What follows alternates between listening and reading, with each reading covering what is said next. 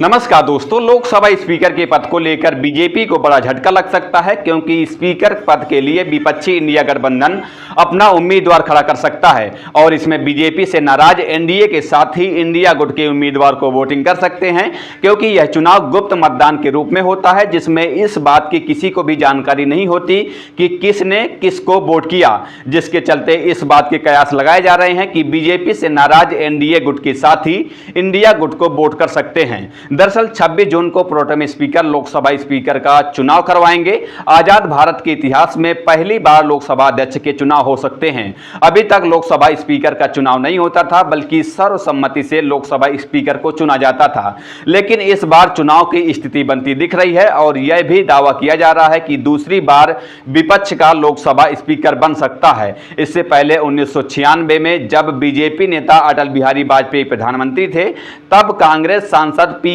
संघवा को सर्वसम्मति से लोकसभा स्पीकर चुना गया था और अब एक बार फिर से विपक्ष का स्पीकर बनता दिखाई दे रहा है। दरअसल इस बार लोकसभा चुनाव में बीजेपी को पूर्ण बहुमत नहीं मिला। उसने सहयोगी दलों के साथ मिलकर सरकार तो बना ली, लेकिन सरकार की स्थिरता पर पहले ही दिन से सवाल उठाए जा रहे हैं। कांग्रेस नेता राहुल गांधी ने तो यहां तक दावा कर दिया कि यह सरकार ज्यादा दिन तक नहीं चलेगी, जल्द ही आपसी टकराव के चलते गिर जाएगी।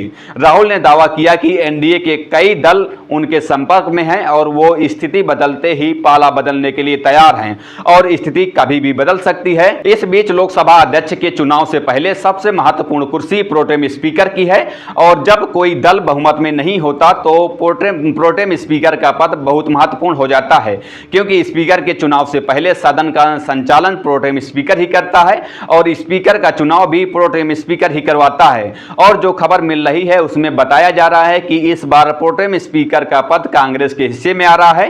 कांग्रेस के सांसद के सुरेश प्रोटेम स्पीकर बनाए जा रहे हैं।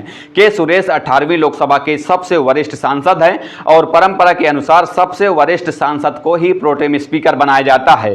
के सुरेश केरल की मबलिकारा लोकसभा सीट से चुनाव जीते हैं। इस सीट पर वह 1989 में पहली बार जीते थे, तब से अब तक वह 7 बार चुनाव जीत चुके हैं। ऐसे में के सुरेश के कंधों पर लोकसभा नवनिर्वाचित सांसदों की शपथ दिलवाने के साथ नए स्पीकर के चुनाव तक लोकसभा की कार्रवाई के संचालन की जिम्मेदारी होगी। ऐसे में सवाल उठ रहे हैं कि क्या बीजेपी के साथ स्पीकर के चुनाव में खेल हो सकता है। इसकी संभावनाएं भी दिखाई दे रही हैं। दरअसल लोकसभा और विधानसभा में आमतौर पर स्पीकर का चुनाव सर्वसम्मति से होता है। लोकसभा स्पीकर के चुनाव के लिए तो आज तक वोटिंग की नौबत नहीं आई। ऐसे में 2018 में एमपी में स्पीकर के चुनाव के जैसा खेल लोकसभा में भी हो सकता है। एमपी में 2018 के चुनाव में किसी भी दल को पूर्ण बहुमत नहीं मिला था। कांग्रेस ने निर्दलीय और दूसरे दलों के सहयोग से सरकार तो बना ली। उस समय कमलनाथ सीएम थे और प्रोटेम स्पीकर कांग्रेस के विधायक दीपेंद्र सक्सेना को बनाया गया था। जब विधानसभा स्पीकर के चुनाव का समय आया तो बीजेपी ने भी अपने विधायक विजय साय को मैदान में उतार दिया, लेकिन प्रोटेम स्पीकर दीपक सक्सेना ने नियम 5 का हवाला देते हुए बिना वोटिंग के ही कांग्रेस के एनपी प्रजापति को स्पीकर घोषित कर दिया, जिसके बाद बीजेपी ने जमकर हंगामा किया, लेकिन उसके हंगामे का कोई फायदा नहीं हुआ। ऐसे में अगर के सुरेश भी लोकसभा में बिना वोटिंग के इंडिया गठबंधन की तरफ से घोषित किए गए उम्मीदवार को लोकसभा स्पीकर चुने जाने का ऐलान कर देंगे तो बीजेपी सरकार मुसीबत में फंस सकती है। फिलहाल तो बीजेपी अभी स्पीकर के नाम को लेकर ही उलझी दिखाई दे रही है। राजनाथ सिंह सहयोगी दलों को साधने की जिम्मेदारी सौंपी गई, लेकिन राजनाथ अभी तक एनडीए में इस पद को लेकर एक राय कायम करवाने में कामयाब नहीं हो पाए और ऐसे में अगर लोकसभा स्पीकर का पद भी कांग्रेस या फिर इंडिया गठबंधन के किसी दल के पास चला जाता है तो नरेंद्र मोदी के लिए अपनी सरकार को 2 महीने चलाना भी मुश्किल हो जाएगा। फिलहाल इस वीडियो में इतना ही। आपकी क्या राय हमें कमेंट करके जरूर बताइएगा। मिलते हैं किसी नए वीडियो के साथ, तब तक के लिए बने रहिए हमारे चैनल पर। धन्यवाद।